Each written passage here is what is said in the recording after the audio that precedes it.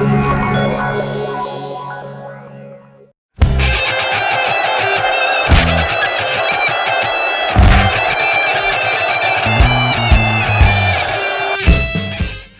what's up everybody? Thank you so much for stopping by and welcome back to Retro Rumble here on the Jimbo channel with me, your host, your pal, your friend, your retro amigo, Jimbo. So, episode 2, last Monday, we got the Rumble on against two, at least what I feel will be very iconic 80s movie characters created by the same writer, Mr. W.D. Richter. As coincidence may have it, one of them, Jack Burton from Big Trouble in Little China, the very night that I was actually shooting that video and uploading it to YouTube, and I did put a little blurb on the video because the news was literally unfolding as I was editing the video, that it turns out The Rock is actually trying to put together a Big Trouble in Little China movie and is interested in playing the character of Jack Burton. Last I heard, he wants to get John Carpenter's approval, and apparently he's a really huge fan of the franchise and the series. It's one of his favorite movies or something like that.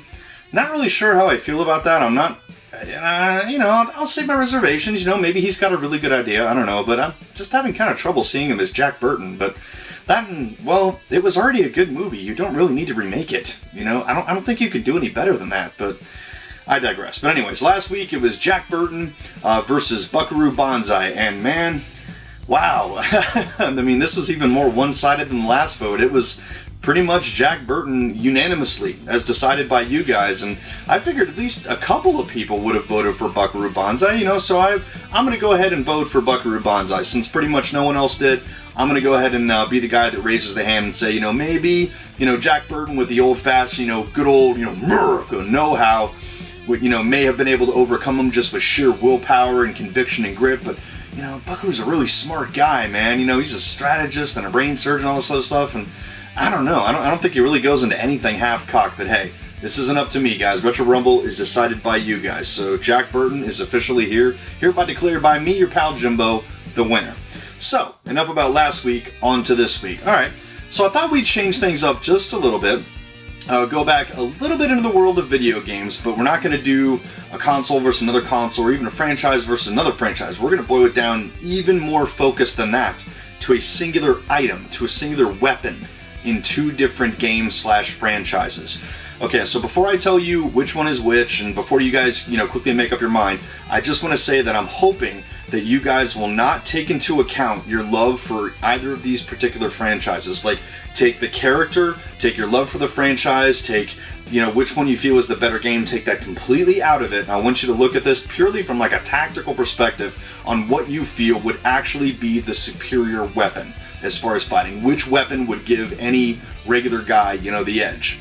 So in this week's Retro Rumble, we're going to have the very famous, very well known, I'm sure there isn't a single person watching this channel that hasn't heard of this weapon, the Vampire Killer. The weapon wielded by the one and only Simon Belmont and the Belmont clan that he used to dispatch Dracula, vampires, werewolves, mummies, pretty much every, creature of the night, every one of all of the above, man. This is like one-stop shopping for just dispatching evil.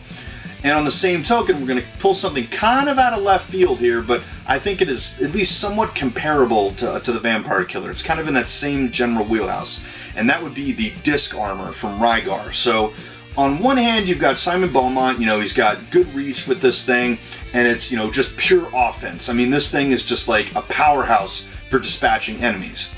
And on the other side, with Rygar, you've got the DiskArmor, which is kind of both offense and defense at the same time. Because when he carries it, it's like a shield. He's like a fucking Spartan or something. But he can throw it, because it's on a chain, just like a whip, and it recoils. And it's got like blades and stuff on it. So the two are very similar when you think about it. I mean, one is basically a Morningstar / whip, with spike ball and stuff on the end of it. I'm talking about the original Vampire Killer.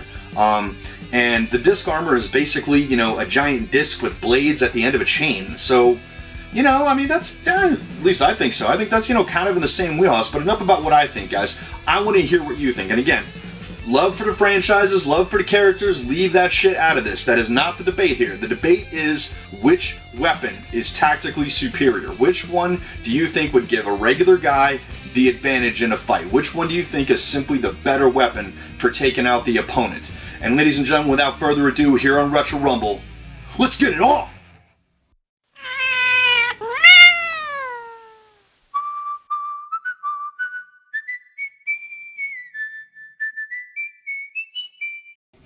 I am really not wearing pants right now. Nope.